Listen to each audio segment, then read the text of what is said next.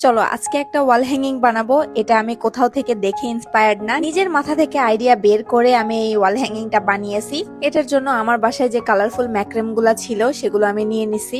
Semi circle শেপে দুইটা cardboard কেটে নিছি। দুইটা কার্ডবোর্ড কাটার কারণ হচ্ছে আমার কার্ডবোর্ড গুলা একটু পাতলা ছিল, তাই দুইটা এক জায়গায় চিপকায় দিলে একটু স্ট্রং হবে বেসটা। আমি যেই দিন ওয়াল হ্যাঙ্গিংটা বানাইতে বসছি সেদিন এত বেশি বাতাস ছিল, তোমরা আমার ব্যাকগ্রাউন্ড দেখলেই বুঝতে পারবা। যাই হোক, আমি এখানে ফেভিকল আঠা দিয়ে দুইটা বোর্ডকে একসাথে চিপকাই দিব। তোমাদের কাছে যদি মোটা কার্ডবোর্ড থাকে সেটা নিতে পারো, তাহলে এই পার্টটা আর করতে হবে না। এরপরে আমার ম্যাক্রেমের কালেকশন থেকে 3mm এর কালো কালার ম্যাক্রেমটা নিয়ে নিছি, আর আমি প্রথমে একটা বিনুনি করে নিব। এই বিনুনি করতে অনেক সময় লেগেছে। তোমরা অনেকেই আমাকে জিজ্ঞাসা করতেছো যে আমি ম্যাক্রেম গুলা কোথা থেকে কিনি।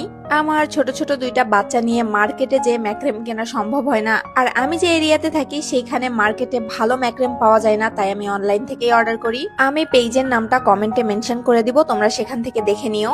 আমি গাইজ মাঝে মাঝে জামা কাপড়ও সেলাই করি, তাই আমার কাছে এক্সট্রা কিছু লেস ছিল। তো আমি ভাবছি প্রথমে এই সাদা লেসটা দিয়ে দিলে ওয়াল হ্যাঙ্গিংটা বেশি মানাবে, তাই আমি গান গ্লু দিয়ে প্রথমে লেসটাকে সেট করে দিলাম। লেসের অর্ধেক অংশ বাইরে বের করে রেখে তার নিচ দিয়ে বেনুনি করা যে কালো কালারের ম্যাক্রেমটা সেটা আমি দিয়ে দিচ্ছি। আচ্ছা, কয়েকজন আপু জিজ্ঞেস করেছেন যে আমার গান গ্লু এর দাম কত। এই গান গ্লুটা 2018 অথবা 19 সালের আমার বার্থডেতে গিফট করা হয়েছিল, আমার এক্স্যাক্টলি মনে নাই। আরো অনেক গিফটের মাঝে এটা ছিল, বিকজ আমি ক্রাফটিং এর কাজ করতে অনেক বেশি পছন্দ করতাম, সেই জন্য। আমি যে হলে থাকতাম সেই হলমেটরা এখনো বলতে পারবে যে অন্যান্য সবার বেডের চাইতে আমার বেডের সাইডটা কত বেশি কালারফুল পেপার দিয়ে ফ্লাওয়ার বানিয়ে আমি ডেকোরেট করে রাখতাম। ঘরটাকে পরিপাটি ভাবে গুছিয়ে রাখলে পড়াশোনা করতেও ভালো লাগতো, এটাও একটা কারণ ছিল। এখন ইচ্ছে থাকলেও ছোট ছোট দুইটা বাচ্চা নিয়ে সম্ভব হয় না। অনেক সময় শরীর খারাপ থাকে, তাই কাজও করতে ইচ্ছা করে না। যাই হোক, কথা বলতে বলতে আমি বিভিন্ন কালার দিয়ে অলরেডি এটাকে ফিল আপ করে ফেলছি।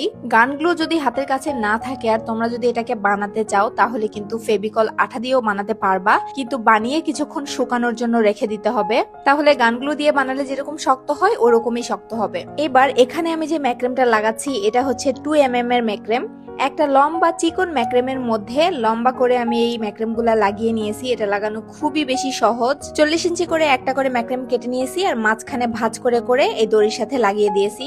যেহেতু কোনো পিকচার দেখে বা ভিডিও দেখে ইন্সপায়ার্ড না, তাই বানানোর সময় আমি বুঝতেছিলাম না যে এটা বানানোর পরে ঠিক কেমন লাগবে।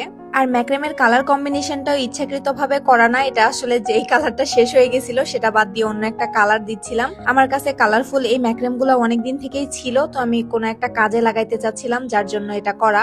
তো তোমরা এই ওয়াল হ্যাঙ্গিং এর ফাইনাল লুক দেখে জানাবা তোমাদের কাছে কেমন লাগছে।